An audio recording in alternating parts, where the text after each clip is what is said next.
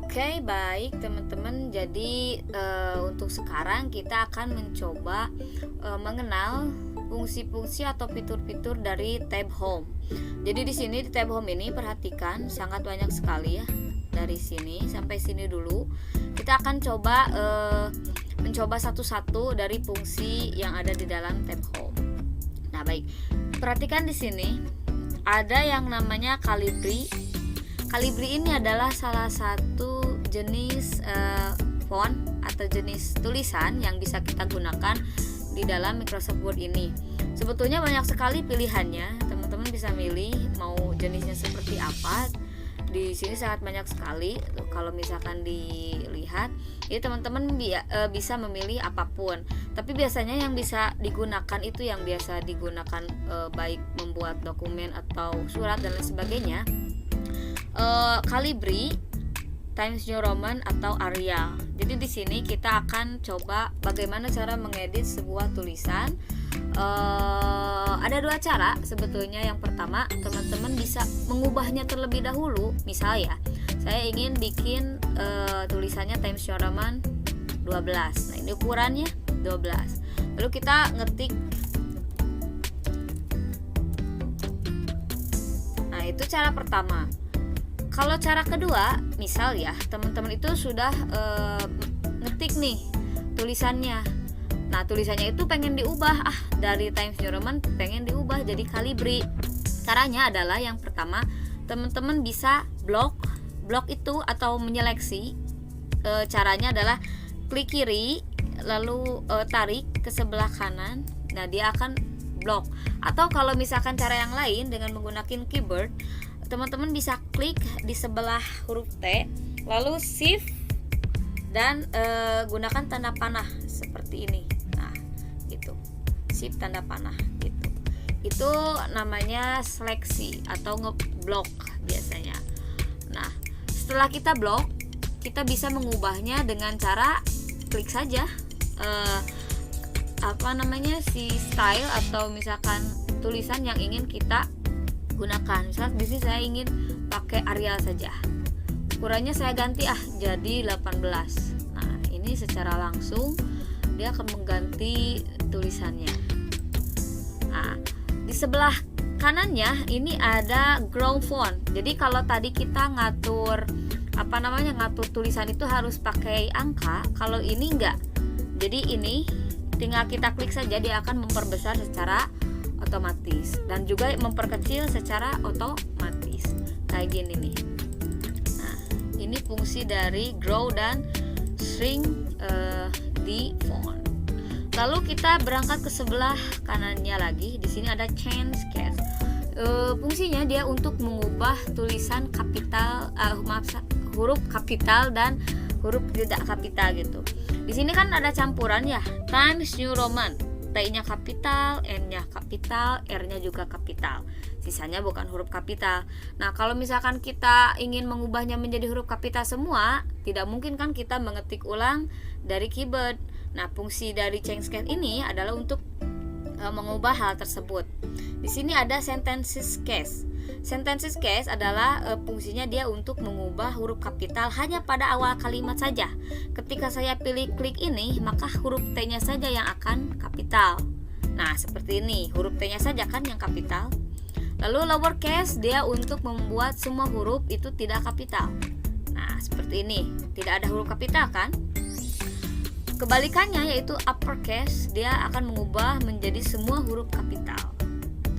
Lalu kita coba yang bawahnya, capitalize each word. Seperti apa perubahannya?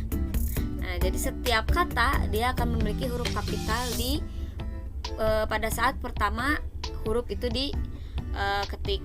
Seperti ini nih, T, N, sama R. Dan yang terakhir ada toggle case. Nah, ini seperti ini. Kita kembalikan lagi ya. Nah, seperti ini. Ini adalah fungsi dari font yang bagian atas.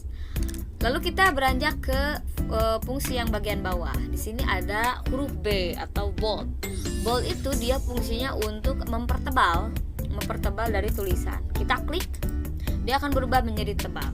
Kita klik lagi, ini aktif ya B-nya. Kita klik lagi, maka dia akan berubah menjadi tidak tebal. Nah, selain memakai fungsi dari bold ini, kita juga bisa menggunakan shortcut, yaitu dengan menggunakan CTRL B. Nah, dia akan berubah menjadi tebal. Atau kalau kita mengembalikan lagi CTRL B lagi, dia akan kembali lagi. Syaratnya adalah kita harus menyeleksi tulisan yang akan kita tebalkan. Gitu, seleksi dulu. Kalau tidak diseleksi, dia tidak akan berubah. Tuh kan, tidak akan berubah. Nah, kita seleksi tulisannya, baru CTRL B. Nah, kita kembalikan lagi. Ada lagi nih italic atau CTRL I di sini. Italic ini fungsinya dia untuk memiringkan tulisan. Seperti ini tuh, dia berubah menjadi miring kan? Kita kembalikan lagi atau pakai CTRL I. Nah, seperti ini. Di pinggirnya ada U atau underline. Underline ini dia digunakan untuk menggarisbawahi sebuah tulisan. Kita coba ya. Nah, seperti ini. Dia akan berubah tulisannya. Tuh. Nah, ketiga ini bisa digabungkan. Misalkan saya inginnya tebal dan miring. Tebal lalu miring, nah, digabungkan. Atau misalkan miring dan digaris bawahi. Ini bisa digabungkan ya tiga-tiganya.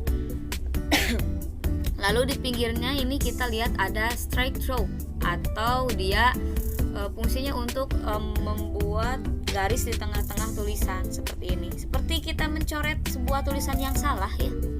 Seperti itu.